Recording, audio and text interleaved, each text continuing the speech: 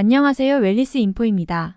오늘 영상은 한국인이 가장 많이 갖게 되는 고질적인 질병인 고혈압에 대해서 알아보도록 하겠습니다.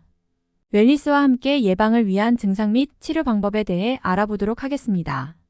고혈압은 전 세계적으로 가장 흔한 만성질환 중 하나로 심혈관계 질환의 중요한 위험 요인입니다. 고혈압은 특별한 증상이 없는 경우가 많아 침묵의 살인자로 불리며 관리되지 않을 경우 심장병, 뇌졸중, 신장질환 등 심각한 합병증을 초래할 수 있습니다.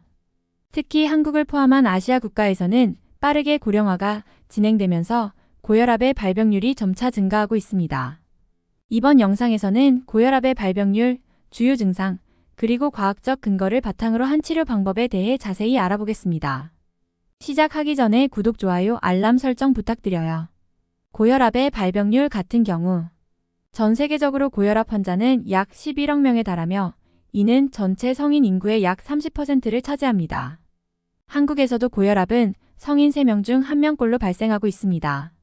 건강보험심사평가원의 자료에 따르면 한국의 고혈압 유병률은 성인 남성의 경우 35.6%, 여성은 27.6%로 집계되었습니다. 특히 60대 이상의 고령 인구에서는 그 비율이 50% 이상에 달하는데 이는 고령화와 생활습관 요인에 따른 결과로 분석됩니다.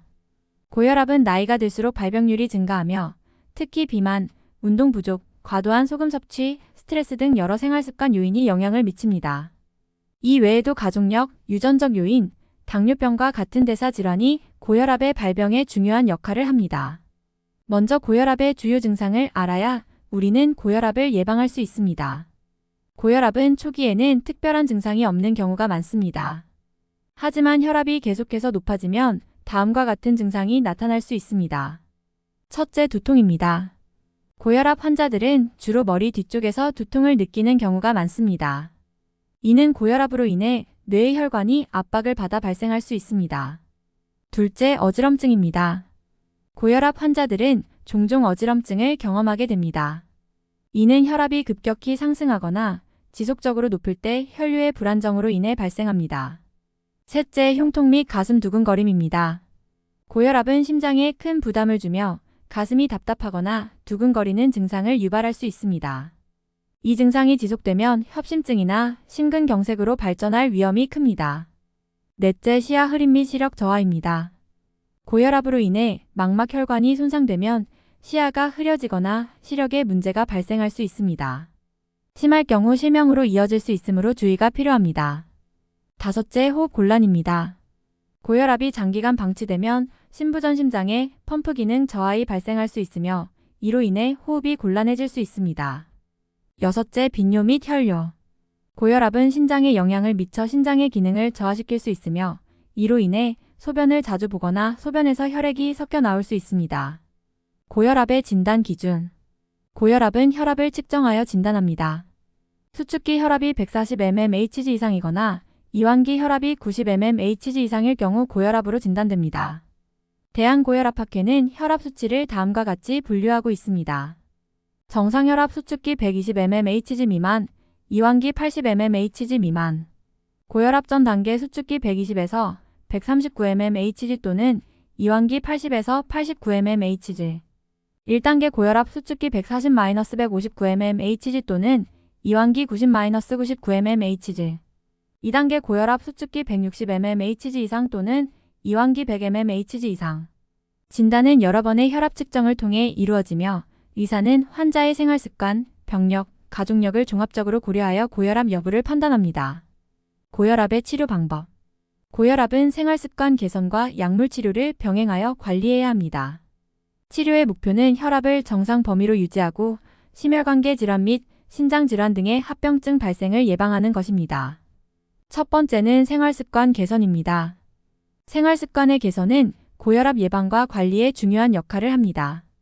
다음은 고혈압 환자들에게 권장되는 생활습관입니다. 두 번째 방법은 식이요법으로 저염식이 고혈압 관리에 중요한 역할을 합니다. 하루 소금 섭취량을 5지 이하로 줄이는 것이 권장되며 신선한 채소와 과일, 통곡물 등 건강한 지방을 포함한 식단이 효과적입니다. 세 번째, 체중 관리입니다. 과체중 및 비만은 고혈압의 주요 원인이므로 적정 체중을 유지하는 것이 중요합니다. 체중을 5에서 10%만 감량해도 혈압을 상당히 낮출 수 있습니다. 규칙적인 운동이 필수적으로 필요합니다. 주 3에서 5회 30분 이상의 중등도 강도의 유산소 운동 걷기, 조깅, 자전거 타기 등이 고혈압 관리에 도움이 됩니다. 운동은 혈관을 확장시키고 심장의 기능을 개선합니다. 금연 및 절주 흡연과 과도한 음주는 고혈압 위험을 증가시키므로 금연과 절주가 필수적입니다.